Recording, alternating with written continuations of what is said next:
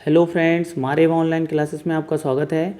यदि आपने हमारे चैनल को सब्सक्राइब नहीं किया है तो पहले चैनल को सब्सक्राइब कर लें और बेल आइकन को भी प्रेस कर लें। फ्रेंड्स, आज हम आपके लिए भारत के राज्यों के सामान्य अध्ययन के अंतर्गत केरल पार्ट 2 का वीडियो लेकर आए हैं, जिसमें हम केरल के प्रमुख त्यौहार, प्रमुख मंदिर, शास्त्रीय नृत्य एवं केरल के प्रमुख नेशनल पार्क और अभ्यारण्यों के बारे में जानेंगे। इसके अलावा और भी अन्य तथ्यों को कवर करने का प्रयास करेंगे। फ्रेंड्स, आपको मैं पिछले वीडियो में केरल का पूरा एक मैप ओवरऑल बता चुका हूं। आप एक बार और इसे देख लें। यदि आपने मेरा पिछला वीडियो नहीं देखा है तो आप पार्ट 1 केरल का वीडियो ज़रूर देख लें, ताकि आपको इसका मैपिंग पूरा क्लियर हो जाए। ठीक है, आप इस मैप को एक बार और देख लीजिए। चलिए हम वीडियो स्टार्ट करते हैं। फ्रेंड्स, केरल भारत का एक ऐसा राज्य है जहां आपको संस्कृति और साहित्य का अनूठा संगम देखने को मिलता है। जहां इसके पूर्व में पश्चिमी घाट पर्वत श्रृंखला, वहीं पश्चिम में अरब सागर का सुंदर तट देखने को मिलता है, जो केरल को एक अद्भुत नैसर्गिक सौंदर्य प्रदान करता है।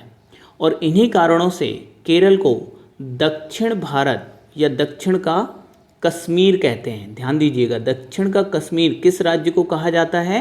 तो केरल को कहते हैं, आपको याद रखना है। और भारत के किस राज्य को ईश्वर का अपना घर कहा जाता है? तो ईश्वर का अपना घर और दक्षिण का कश्मीर किसे कहते हैं? केरल को कहते हैं। साथ ही साथ दोस्तों, केरल का जो क्लाइमेट है और वहाँ की जो मृदा है, ये इन सब कारणों से केरल में गरम मसाले बहुत होते हैं। गरम मसाले का सबसे ज़्यादा उत्पादन भारत के किस राज्य में हो रहा है? तो केरल में हो रहा है। इसीलिए केरल को मसालों का, ठीक है, याद रखना है आपको, मसालों का बगीचा किसे कहा जाता है? केरल को कहा जाता है। तो आप एग्ज़ाम में यदि क्वेश्चन पूछा जाता है मसालों का बगीचा, ईश्वर का अपना घर या दक्षिण का कश्मीर, तो आप आंसर कर देंगे केरल। ठीक है, चलिए हम आज के टॉपिक को आगे बढ़ाते हैं। सबसे पहले हम देखते हैं केरल की जनजातियाँ। तो केरल की जो जनजातियाँ हैं फ्रेंड्स, इनमें दो जनजातियाँ सबसे महत्वपूर्ण हैं। एक है पानियन और दूसरी है इरूलर। ये दोनों एग्जाम में पूछी जा चुकी हैं, आपको बननी चाहिए, पानियन और इरूलर। ठीक है, अब इसमें यदि हम लोग आगे देखें तो चोल नाइकर और कट्टू नाइकर, तो आपको इसमें नाइकर वर्ड और बस याद रखना है। पनियन, इरूलर, नाइकर और करुम्बर। ठीक है ना? तो आप लगभग देख रहे हैं कि बाकी की केवल पानियन जो जनजाति है, इसके अलावा बाकी सभी जनजातियों में आखिरी में रा आ रहा है ना? कर, बर और लर, अर्थात रा आखिरी में आ रहा है। यदि आपको इस तरीके से कोई क्वेश्चन आता है तो आप थोड़ा सा एक अपना लॉजिक लगा सकते हैं। ठीक है, तो आपको याद रखना है। इसमें सबसे इम्पोर्टेंट है पानियन और इरूलर। अब आगे हम बढ़ते हैं। हम देखते हैं कि केरल के प्रमुख लोक नृत्य क्या हैं। तो केरल के जो लोक नृत्य हैं उन्हें भारत के शास्त्रीय नृत्यों में शामिल किया गया है। ठीक है, शास्त्रीय नृत्यों में शामिल किया गया है, जिसमें दो नृत्य हैं केरल के जिन्हें शास्त्रीय नृत्यों में शामिल किया गया है। वो कौन से हैं? तो पहला है कथकली। ध्यान रखना है आपको, कथकली ये एक इमेज है कथकली नृत्य करते हुए व्यक्ति की। ठीक है, अब हमें इसमें ध्यान रख देना है कि कथक कहाँ का शास्त्रीय नृत्य है। कथक भी आता है और ये बड़ा कन्फ्यूज़न करता है, तो आपको ध्यान देना है। कथक उत्तर प्रदेश का है, उत्तर भारत का, और कथकली कहाँ का है? केरल का है। तो ध्यान दीजिएगा, का और ला, केरल। ठीक है ना? तो केरल और यहाँ पे कली। ठीक है, तो कथकली केरल का है और कथक कहाँ का है? तो उत्तर प्रदेश का है। ठीक है, तो दोनों में कन्फ्यूज़न नहीं होना है। अब इसमें एक और चीज़ बहुत महत्वपूर्ण आपसे एग्जाम में पूछी जाती है कि इन नृत्यों के प्रमुख कलाकार कौन हैं। ठीक है ना? कथकली के प्रमुख कलाकार कौन हैं? तो उसमें जो सबसे इम्पोर्टेंट नाम है फ्रेंड्स, वो है मृणाली साराभाई का। आपको याद रखना है, मृणाली साराभाई, वी.के. नारायण मेनन, उदय शंकर भी बहुत महत्वपूर्ण है। फिर शांता राव, ठीक है, कृष्णा नायर, आनंद शिवरामन, इनके नाम आपको याद रखना है, जिसमें सबसे इम्पोर्टेंट नाम है मृणाली साराभाई का। तो आपको याद रखना है मृणाली साराभाई किस नृत्य शैली से संबंधित है, कथकली। अब हम कुछ मृणाली साराभाई जी के बारे में भी जान लेते हैं, क्योंकि इनसे भी क्वेश्चन एग्जाम में पूछे जाते हैं। तो मृणाली जो साराभाई हैं, इनका जन्म केरल में हुआ था। कब हुआ था? 11 मई 1918 को इनका जन्म केरल में हुआ था। और ये प्रसिद्ध हैं क्योंकि नृत्य करती हैं, और भी काफ़ी नृत्य शैली इन्होंने सीखी हुई हैं। बट इनके पति कौन थे? तो विक्रम साराभाई। अब MPPSC में क्वेश्चन पूछ चुके हैं फ्रेंड्स कि भारत में अंतरिक्ष विज्ञान का जनक किन्हें माना जाता है, ठीक है ना। तो अंतरिक्ष विज्ञान का जनक किन्हें माना जाता है? विक्रम साराभाई को, या अंतरिक्ष कार्यक्रमों का जनक भारत में, इंडिया में बोल रहा हूँ मैं, किसे? तो विक्रम साराभाई। अब मुझे आप बताइएगा विक्रम साराभाई अंतरिक्ष यान प्रक्षेपण केंद्र कहाँ पर है, ठीक है। चलिए कमेंट बॉक्स में मुझे आंसर करिएगा। आगे बढ़ते हैं। अब इसमें हम देखते हैं कि इनकी बेटी का नाम क्या है, तो मल्लिका साराभाई। इनसे भी पूछ सकते हैं, ये भी कथकली और भारतनाट्यम से संबंधित हैं। मल्लिका साराभाई आपको याद रखना है, ये भी प्रसिद्ध नृत्यांगना हैं और समाज सेवी भी हैं। फिर मृणाली साराभाई की ही बड़ी बहन थी लक्ष्मी सहगल। ये भी एग्ज़ाम के पॉइंट ऑफ व्यू से बहुत महत्वपूर्ण क्वेश्चन है फ्रेंड्स। क्यों है? देखिए, क्योंकि ये प्रसिद्ध स्वतंत्रता सेनानी रही हैं, और सुभाष चंद्र बोस जी की जो आज़ाद हिंद फौज थी, उसमें राज्य जो झांसी रेजिमेंट थी, उसकी ये कमांडर एंड चीफ रही थी। किसकी बहन? मृणाली साराभाई की बहन लक्ष्मी सहगल जी। तो आपको याद रखना है, बहुत महत्वपूर्ण क्वेश्चन है कि आज़ाद हिंद फौज की महिला सेना झांसी रेजिमेंट की कमांडर इन चीफ कौन थी? तो कौन थी? मृणाली साराभाई। ओके, चलिए आगे देखते हैं। अगला जो यहाँ का प्रमुख शास्त्रीय नृत्य है वो है मोहिनी अट्टम। अब इधर पे फिर एक और मैं कन्फ्यूज़न क्लियर कर देता हूँ। इससे पहले मैंने तमिलनाडु राज्य पढ़ाया है, आप बेल आइकन पे प्रेस करके तमिलनाडु स्टेट को भी पढ़ सकते हैं। और वहाँ का जो शास्त्रीय नृत्य है, लोक नृत्य है, वो है भारतनाट्यम, ठीक है। वहाँ का क्या है? भारतनाट्यम। केरल में कौन सा है? मोहिनी अट्टम। और मोहिनी अट्टम के प्रमुख, ये देखिए एक मोहिनी अट्टम नृत्य करती हुई महिला है, ठीक है, उनकी मुद्रा आप देख सकते हैं। अब इसमें आप देखिए कि मोहिनी अट्टम के प्रमुख कलाकार कौन हैं। ये मोस्ट IMP क्वेश्चन हो सकता है फ्रेंड्स। श्रीदेवी जी का देहांत हो चुका है, ठीक है। तो श्रीदेवी का संबंध किस नृत्य शैली से था? मोहिनी अट्टम से। हेमा मालिनी जी भी किस नृत्य शैली से संबंधित हैं? मोहिनी अट्टम से। कल्याणी अम्मा, ये भी बहुत महत्वपूर्ण हो सकती हैं आपके लिए। भारती शिवाजी, शांता राव, ठीक है, और जया प्रभा मेनन। आपको याद रखना है, ये सभी लोग किससे संबंधित हैं? मोहिनी अट्टम से। सबसे इम्पोर्टेंट हेमा मालिनी, श्रीदेवी, कल्याणी अम्मा, भारती शिवाजी, ये ज़्यादा इम्पोर्टेंट आपके लिए हो सकते हैं। तो आपको याद रखना है मोहिनी अट्टम और कथकली, ये दोनों कहाँ के शास्त्रीय नृत्य हैं? केरल के। अब मुझे कमेंट बॉक्स में बताइएगा यक्षगान कहाँ का है, कुचिपुड़ी कहाँ का है। और मैं आपको बता ही चुका हूँ कि भारतनाट्यम तमिलनाडु का है और कथक यूपी का है। तो आप मुझे दो और बताइएगा, यक्षगान और कुचिपुड़ी। चलिए आगे बढ़ते हैं। अब केरल में हम देखें कि प्रमुख खनिज कौन सा पाया जाता है। तो केरल का जो समुद्री तट मालाबार है, वहाँ पर आपको रेत के रूप में मिलता है मोनोजाइट अयस्क। अब ये मोनोजाइट किसका अयस्क होता है? बहुत महत्वपूर्ण होता है। ये मोनोजाइट थोरियम का अयस्क होता है, वेरी इंपॉर्टेंट, ठीक है। अब थोरियम क्या है? तो एक रेडियो एक्टिव पदार्थ होता है। और थोरियम का अयस्क क्या है? मोनोजाइट, जो कि भारत के किस राज्य में मिल रहा है? केरल के तटीय क्षेत्र में मिल रहा है, ठीक है। जो मोनोजाइट होता है ये इस तरीके का दिखता है, बट ये एक पत्थर के रूप में है।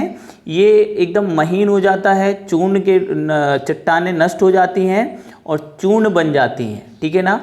और बालू के रूप में ये आपको मिलता है केरल के समुद्री मालाबार तट पर, ठीक है। तो आप याद रखिएगा मोनोजाइट, इस पे भी क्वेश्चन एग्जाम में कई बार आ चुका है। मोनोजाइट किस तट पर मिलता है? तो मालाबार तट। किस राज्य में? तो केरल। आगे बढ़ते हैं, हम देखते हैं केरल में मिलती है हमें साइलेंट वैली, शांत घाटी। तो फ्रेंड्स, इससे पहले जब मैंने आपको मैप पे बताया था तो साइलेंट वैली एक्चुअल में इस मैप में गलत बन गई थी, वो पालक्कड़ ज़िले में है। ठीक है, तो आप उसको सुधार लीजिएगा। पालक्कड़ ज़िले में है, केरल के पालक्कड़ ज़िले में है और यह नीलगिरी माउंटेन रेंज के अंतर्गत आती है। तो शांत घाटी केरल के पालक्कड़ ज़िले में है। इसकी खोज किसने की थी, इसके बारे में हम जानते हैं। तो इसकी खोज 1947 में रॉबर्ट वाइट नाम के अंग्रेज ने की थी, 1947 में। ये जैव विविधता के लिए बहुत प्रसिद्ध है। ये आप एक इमेज देख पा रहे हैं शांत घाटी की। आप घूमने भी जा सकते हैं। यहाँ पर साइलेंट वैली नेशनल पार्क भी बना दिया गया है और इससे होकर एक नदी बहती है जिसका नाम है कुंतल पुत्र। तो आपको याद रखना है, एग्जाम में कई बार आया हुआ है कि साइलेंट वैली कहाँ है। तो केरल में है, पलक्कड़ जिले में है, नीलगिरी की पहाड़ियों में स्थित है। रॉबर्ट वाइट ने खोज की थी, कुंतल पुत्र नामक नदी यहाँ से बहती है। ठीक है, अब हम केरल की प्रमुख फसलें देख लेते हैं। तो हमने देखा कि केरल का जो क्लाइमेट है वो गर्म जलवायु रहती है हमेशा वहाँ पे और लेटराइट मिट्टी मिल रही है। तो वहाँ की प्रमुख फसलें क्या हो जाएंगी? रबड़ हो जाएगी, ठीक है ना, गरम मसाले, छोटी इलायची, काजू और जायफल। इन सभी फसलों में फ्रेंड्स केरल का देश में पहला स्थान है इनके उत्पादन में। याद रखिएगा ना, यदि रबड़ उत्पादन में पहला स्थान पूछते हैं, गरम मसालों में, छोटी इलायची, जायफल और काजू में, तो पहला स्थान किस राज्य का है? केरल का है। आपको ये आंसर बनना चाहिए। चलिए, अब इसके बाद हम देखते हैं केरल के कुछ प्रमुख नेशनल पार्क और अभयारण्य। तो सबसे पहले हम देखते हैं यहाँ पे कडलुंडी पक्षी अभयारण्य, कुमारकम पक्षी अभयारण्य, चुलन्नूर मोर अभयारण्य, पेरियार राष्ट्रीय उद्यान जो कि मोस्ट आईएमपी है आपके लिए, और नीलांबूर हाथी रिजर्व। तो ये यहाँ के क्या हो गए? प्रमुख पक्षी अभयारण्य और पेरियार नेशनल पार्क। तो सबसे इम्पोर्टेंट इसमें जो है वो पेरियार नेशनल पार्क है, जो कि आपको एग्जाम के लिए याद रखना है। बाकी आप इनको भी पढ़ सकते हैं। कुमारकम भी इम्पोर्टेंट है, कुमारकम पक्षी अभयारण्य। आप मुझे कमेंट बॉक्स में बताइएगा कि नल्लापट्टी पक्षी अभयारण्य, सलीम अली पक्षी अभयारण्य और भारत का सबसे बड़ा केवलादेव घाना पक्षी अभयारण्य भारत के किस राज्य में है? ठीक है ना, तो आप मुझे कमेंट बॉक्स में इनके भी आंसर करिएगा। अब हम आगे देखते हैं केरल के प्रमुख त्यौहार। बहुत इंपॉर्टेंट है, एग्जाम में निरंतर आते रहते हैं। पिछला वीडियो जो मैंने आपको तमिलनाडु स्टेट पे पढ़ाया था तो उसमें बताया था कि तमिलनाडु का प्रमुख त्यौहार है पोंगल। फ्रेंड्स, मैं आपको एक बात क्लियर करना चाहता हूं कि पोंगल और ओणम, तो पोंगल जो है वो तमिलनाडु में मनाया जाता है और ओणम कहाँ मनाया जा रहा है? केरल में। पोंगल और ओणम लगभग एक ही समान त्यौहार हैं, मगर इन्हें अलग अलग नामों से जाना जा रहा है। ठीक है ना, तो आप ध्यान रखिएगा, ओणम कहाँ का है? केरल का है। पोंगल कहाँ का है? तो तमिलनाडु का है।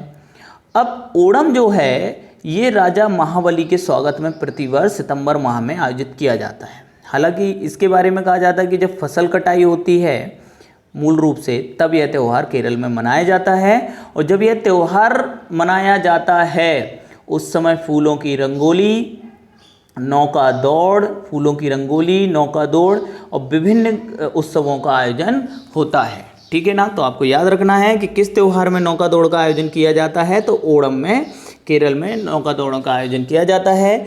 मैं आपको पिछले वीडियो में बता चुका हूँ कि केरल में बहुत सारे बैक वाटर एरियाज़ हैं, लैगून हैं, या उन्हीं को कयाल कहा जाता है, बहुत सारे हैं। इस वजह से वहाँ पे नौका दौड़ काफ़ी ज़्यादा होती है। ठीक है, चलिए अगला त्यौहार हम देखते हैं। तो यहाँ पे एक सम्मेलन होता है पूरे हमारे एशिया का सबसे बड़ा ईसाइयों का सम्मेलन होता है केरल में पुम्बा नदी के तट पर। इस सम्मेलन को मरामोन सम्मेलन के नाम से जाना जाता है। आपको याद रखना है, यह एशिया का ईसाइयों का सबसे बड़ा सम्मेलन है। ठीक है, फिर इसके बाद एक महोत्सव होता है अर्णामुला वल्लमकल्ली नौका दौड़, वल्लमकल्ली नौका दौड़। अब आपको याद रखना है कि नेहरू कप नौका दौड़ कहाँ होती है, तो ये भी केरल में होती है फ्रेंड्स। और वल्लम कल्ली नौका दौड़ महोत्सव जो कि ओणम त्यौहार के उत्सव में ये मनाया जाता है। जब ओणम त्यौहार होता है तो 2 दिवसीय महोत्सव होता है। ये देखिए आप नौका दौड़ हो रही है, ठीक है।